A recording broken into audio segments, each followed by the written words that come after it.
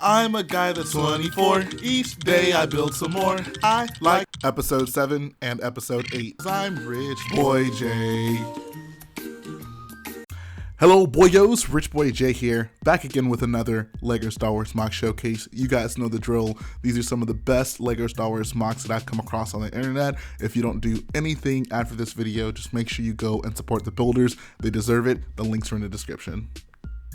We have another Jedi Fallen Order MOC this week, and this one is by WG Productions. It is the Dathomir battle that you have. Spoiler alert, you fight some dude on Dathomir. Sorry to spoil that for you guys, but holy crap, this build is so freaking good. The first thing that stuck out to me has to be just the rock work, and not even rock work, but just the wall design over to the right side. He blends some masonry bricks with snot bricks, with headlight bricks, with jumpers, with 2x2 and 2x4 tiles, and light bluish gray. There's even some old light gray in there, dark gray, dark orange, and even the nougat color, and it just all flows together very well. It is very reminiscent of the scene. Like it looks pretty spot on in my opinion.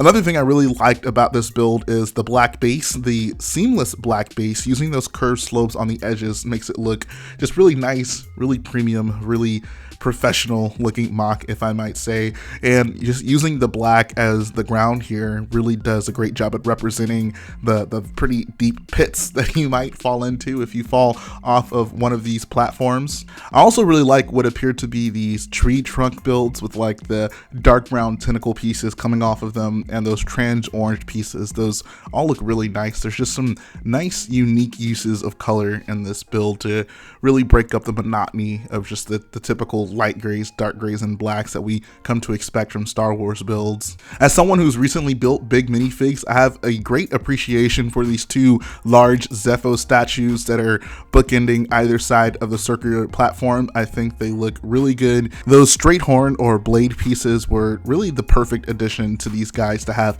hanging from their heads. And I like the fact that these two statues aren't exact. There's a little bit of variation in both of them as they're carved out of stone, presumably. You know, they wouldn't be perfect, like identical replicas of each other. There's some small minor variations between the two in terms of color and even some of like the detail pieces on them.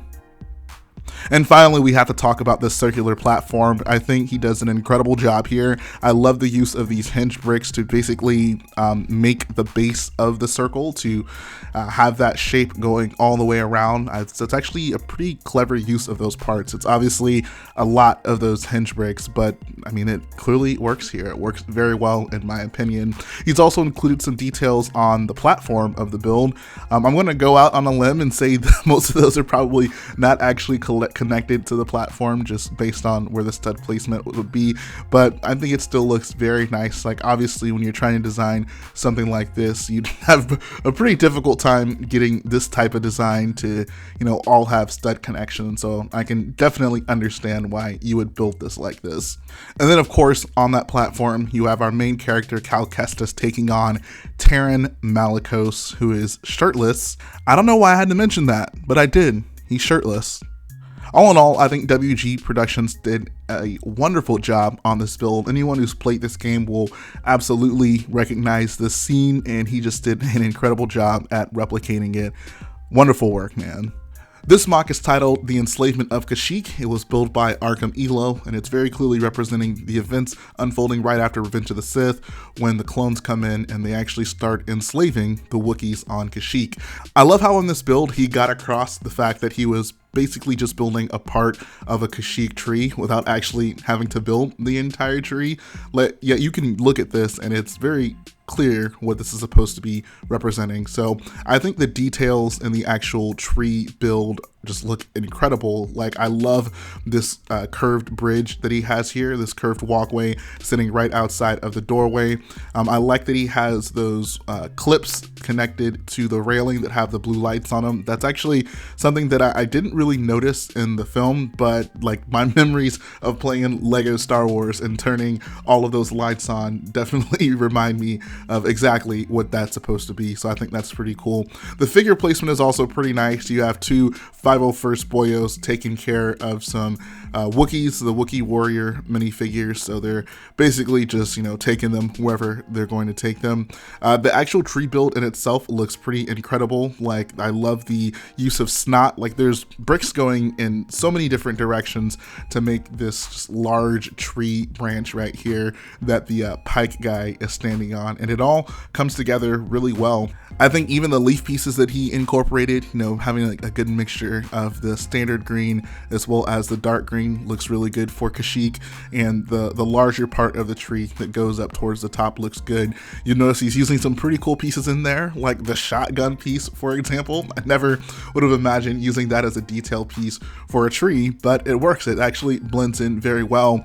He's also using those brown chain link pieces to, one, represent detail in the tree, but also represent a little archway for some of the structures that the Wookiees have built on these trees. So it just looks really good. Like, this is a nice small build. I mean, when you think of doing a Kashyyyk tree, it sounds like a pretty daunting task because of just how big it is in canon, but it's clear from this build you can just do a subsection of that tree, still incorporate a lot of detail and like get the point across, and still have it look really nice. So I love that about this build.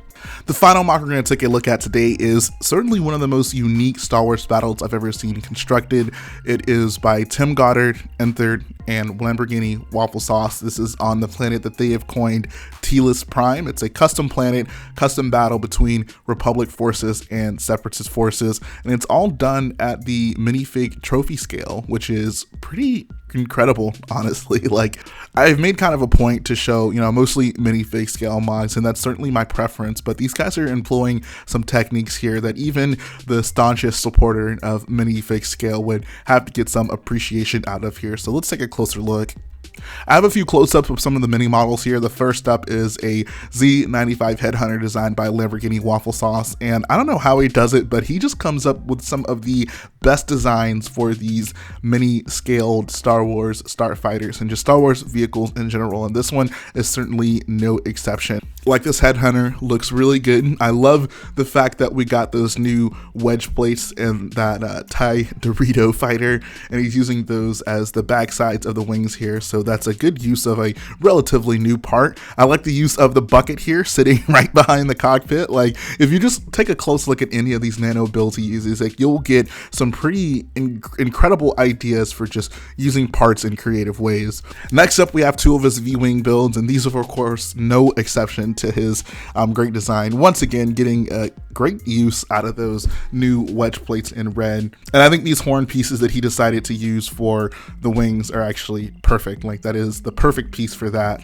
And next up, we have his mini scaled AAT. One of the things I really like about this build are the use of those quarter circle curved bricks, the ones that are basically the X-Wing intakes on the newest Pose X-Wing set. Like, I love seeing Star Wars builders using that piece because it's such a useful piece for many different things. And finally, we have his custom E-Wing and X-Wing. Both of them look great. Both of them are in teal. Like, looking at this, teal's actually kind of a decent color for a Star Wars squadron. If someone out there wanted to put together a fleet of like X-Wings and Y-Wings, maybe even an A-Wing in this teal color, I think that'd be very interesting to see. Maybe I can inspire a few people to take on that challenge.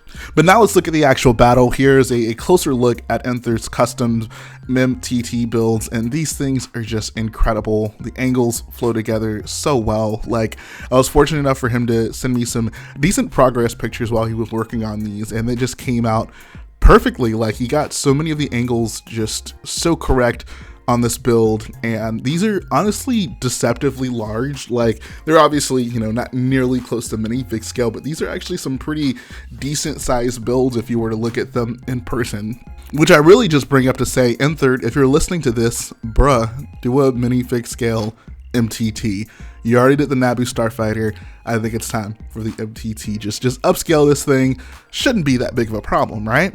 One of the things that I think worked out perfectly on this model is this hatch that he uses. It's basically the TIE Fighter cockpit top hatch piece, and it looks like pretty perfect for the MTT. So just looking at that, I mean, it's so spot on. Like, that is excellent. I also really like what he did with the guns on the sides, using the cone pieces and even the old school, old gray trash can pieces on the sides to just represent the mechanical parts of the MTT right behind that. Like, this is just such a well-made build. The angles flow together so well. The dark blue elements of it flow together so well. Like, everything is just so well integrated into this build. One pretty insane thing about this build is most of the terrain is done in the sand blue color, which is ridiculous because that is one of the more rare Lego colors, and they constructed this huge MOC and the terrain is almost exclusively sand blue, give or take. That is just ridiculous, but it looks great. It's one of those rare colors in Lego, so when you see it, especially done at this scale, it really sticks out. And I love the river. I guess maybe not even necessarily a river. It could be a river, I don't know. But the trans paint pieces just contrast so well with the sand blue, and I love how the edges of it are using dark tan pieces. The colors in this build are all just so nice, so vibrant. They come together so well. Here's a closer look at the Juggernaut designed by LamborghiniWaffleSauce, another great one of his mini-scaled builds. And up top, you'll notice, yeah, a Razor Crest. I mean, technically, it's not the Razor Crest. This would be the Republic version of that ship. But, I mean, they threw it in there, and I thought it was a pretty cool addition to it. I mean, in canon, the Razor Crest is like a Republic-era gunship, so it's cool seeing one of these things in Republic colors actually used in this build. Like, it's a cool design, and they've really just made an excellent looking miniature version of it. I also got to show some love to that Separatist shuttle over to the right. I unfortunately don't have a super close-up photo of it, but I've always been a fan of the Separatist shuttle design, and they did a great job remaking it at this scale. This next photo gives you a closer look at the ATTE build, which I think was also done by LamborghiniWaffleSauce. This guy just has an insane collection of miniature Star Wars vehicles. Next up, we have a closer look at the ATTE, which was designed by Tim Goddard, I believe, and there's actually quite a few of these throughout the MOCs. This photo also gives you a really nice look at the area below the landing platform, which I thought was really cool because it looks like it's pretty inspired by the indoor landing platforms with the circular pillars and the catwalks with the windows on either side that link those together. Over to the right side of the MOC, you can see we have some V-wings and even the headhunter flying in. The landing platform was something that I just had to talk about because the detail incorporated into this thing is incredible. I love how all the white markings in it are completely brick built. None of these are stickered. They're all at interesting angles that would not be obvious to implement into a build like this, but these guys figured it out and it looks incredible. It looks so good. There's also some cool things on the platform, like we have the large droid, we have the trophy figures walking around. I imagine the white ones are clones. There's cargo crates sitting over to the top, and I love how, I mean, this is something I didn't even notice initially, but I believe that's the flick fire missile shooter, which is like kind of integrated into this platform right here to just give it a little more of detail. Just that little like light bluish gray bump right there. Like that's what you get when you implement those flick fire missile launchers into builds like this. So, and also really like the Republic base area over here. I think these buildings look great. One technique I love that they used here are the uses of these 2x2 slanted tiles with the grill tiles behind them. They make some very interesting looking windows, and that's a technique like if you're building at this scale, or even if you wanted to scale this up a bit, like I think that would look great at any scale, to be honest.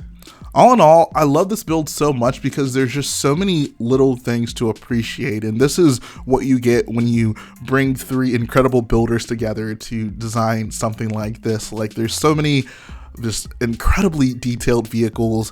Like every part of this you can get some sort of interesting build technique from, and I think that is incredible. That is just exactly what you want with a MOC like this. You know, if you're not able to do something at minifig scale, if you do have to scale it down a bit, you can still get just as much detail, if not even more detail, because you have to think a little bit harder to come up with certain details and how to represent certain things at a smaller scale. The final thing I did want to talk about is this big Republic transport over to the right side on this landing platform. The funny thing about this is I'm pretty sure LamborghiniWaffleSauce designed this, yet he didn't actually include any close-up photos of it. Like, this is the best view of this ship that I can actually give you guys. But one of the coolest things about this thing, and he showed this off on his Instagram, is it actually has functioning landing gear. Like, there's a mechanism that I think, pretty sure it's that big red knob. If you twist that, the landing gears can actually retract into the build or let down for it to land on the landing platform. So I just thought that was one of the coolest things ever.